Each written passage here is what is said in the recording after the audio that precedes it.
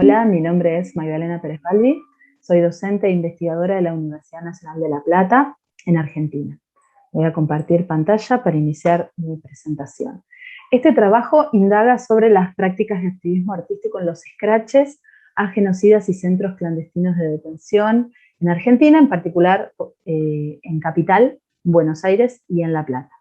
Estos scratches fueron diseñados, desarrollados y llevados adelante por la agrupación Hijos. Para contextualizar el surgimiento del scratch, recuerdo que en Argentina la última dictadura cívico-militar, desarrollada entre 1976 y 1983, implementó el terrorismo de Estado, y esto tuvo como resultado la desaparición de 30.000 personas y la apropiación ilegal de 500 hijos e hijas de desaparecidos.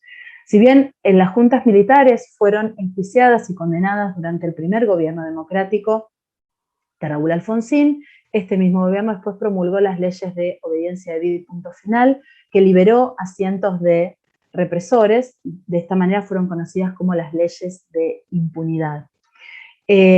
Más tarde, los indultos decretados por Carlos Menem liberaron a los jefes de las Fuerzas Armadas y algunos de los funcionarios emblemáticos de la dictadura militar. En este contexto es que surge la agrupación Hijos, digamos, en un momento de retroceso de la movilización y de la posibilidad de disputa de los movimientos de derechos humanos. A pesar de haber tenido, de que las leyes de impunidad habían tenido un repudio masivo en las calles, la agenda política después fue, digamos, eclipsada por otras urgencias económicas. Lo que se mantuvo fueron dos líneas de acción principales, que fue la búsqueda de nietos apropiados de parte de abuelas de Plaza de Mayo, que eso permitió iniciar procesos legales por apropiación de menores, que era un delito no juzgado previamente, y los juicios por la verdad en La Plata, que fueron procesos judiciales sin efectos penales, pero que buscaba saber qué había sucedido con los detenidos desaparecidos y determinar la responsabilidad de los crímenes. En 2003, el gobierno de Néstor Kirchner derogó las leyes de impunidad y se pudieron restablecer progresivamente y de manera, digamos, muy lenta los juicios por delitos de lesa humanidad. Muchas de las causas y de las pruebas iniciadas en estos juicios por la verdad después se integraron en las causas penales. Hijos surge en 1995 a partir de una serie de encuentros nacionales, de encuentros en distintos puntos del país, que organiza una red nacional que articula distintas regionales locales. En este texto, en este trabajo, la selección de las regionales de Capital y de La Plata se basa en dos fundamentos. En primer lugar, los scratches en Buenos Aires, o CABA, Ciudad Autónoma de Buenos Aires, han tenido mayor difusión mediática por ser la capital de nuestro país, pero además por señalar a figuras claves del proceso dictatorial como Videla, Galtieri y Macera. Y a su vez se han convertido en casos de estudio académico, sobre todo de los análisis de las intervenciones performáticas y gráfico-políticas, por contar con un amplio despliegue expresivo. Por otra parte, el caso de la regional platense permite comparar estrategias y recursos expresivos a partir de características propias de la organización y articulaciones políticas locales. Yo he trabajado de manera profunda esta regional en mi tesis doctoral, y de acá aporto algunas conclusiones. Por otra parte, Hijos La Plata, junto con Rosario, Córdoba y Santa Fe, fue de las primeras regionales en organizarse y tiene también una importancia fundamental por ser la capital de la provincia de Buenos Aires. Pero vamos a la descripción general del scratch. Desarrollado desde 1996 y en cada ciudad ha tomado su carácter propio, el scratch tiene algunas características que lo hacen inconfundible. Primero, se inicia con un proceso de investigación. En el caso de figuras de mayor relevancia mediática, esto, digamos, es más simple, pero consiste en dar con su domicilio y teléfono particular.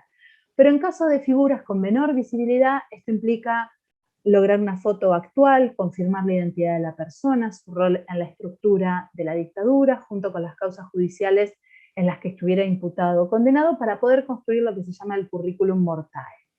Luego se continúa con un trabajo barrial de distribución de carteles, de volantes, que permita acercarse y dialogar con vecinos y comerciantes. A esto sigue la movilización el día del escrache, desde algún punto de la ciudad o plaza, puntos de encuentro, hacia el domicilio o punto a escrachar. Durante esa movilización proliferan los grafitis, los stencils, las intervenciones en el espacio público, a la par de banderas, cánticos con tambores y murgas. Este modelo de murga porteña que aparece, que participa, mejor dicho, en los scratches, y con quienes hay una relación también de filiación muchas veces política y de complicidades individuales. Al llegar al lugar del escrache, la marcha se detiene y se lee el documento con el currículum mortae, mediante megáfono o micrófono. En este punto, la movilización se encuentra con el vallado policial y el despliegue de las fuerzas de seguridad que protegen ese lugar. Algunas de las intervenciones que detallamos más adelante sirven también para distraer el control policial y poder acercarse más a ese punto para lograr el bombardeo final. Ese lanzamiento de pintura roja, que es una metáfora de la sangre que mancha las manos de los represores. Cuando hablamos del activismo artístico nos referimos a las prácticas muchas veces colectivas que desde recursos artísticos buscan incidir de alguna manera en lo político. Estas estrategias exceden al concepto de obra de arte y a las delimitaciones disciplinares de un campo artístico tradicional. Con esto también buscamos distanciarnos de la idea de una concepción instrumental del activismo artístico y de la idea de artista como profesional solidario que apoya causas.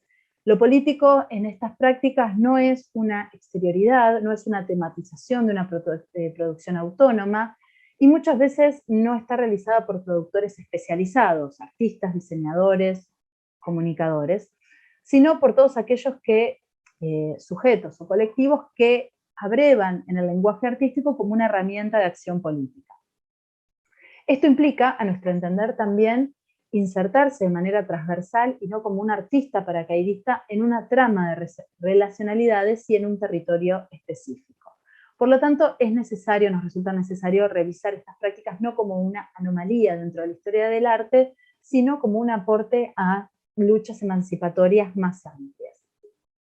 El despliegue expresivo de los scratches además no puede leerse como una acción aislada, sino entenderlo dentro de las políticas visuales de los movimientos de derechos humanos en Argentina.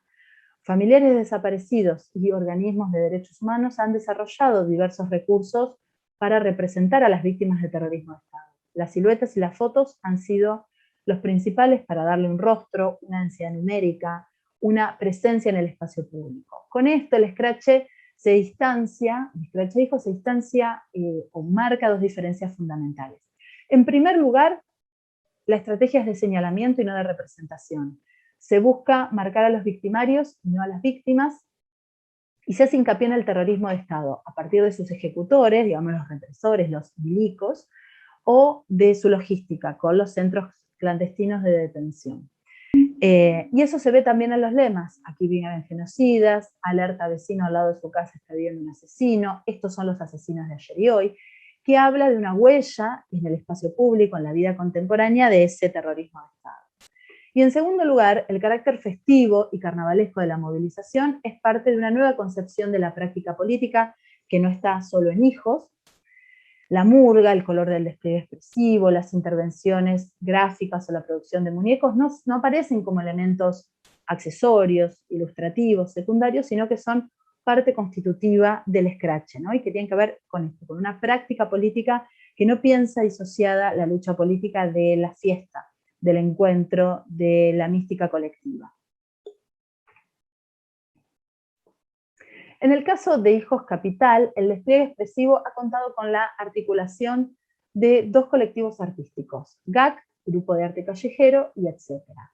Ambos escapan a los modelos iconográficos tradicionales de denuncia y construyen estrategias e imágenes que luego serán replicadas en otras regionales. El GAC a través de las falsas señalizaciones viales que replican en color, dimensiones y tipografía las oficiales, pero que generan una disrupción con el paisaje urbano al identificar la cercanía del domicilio del represor o del centro clandestino de detención.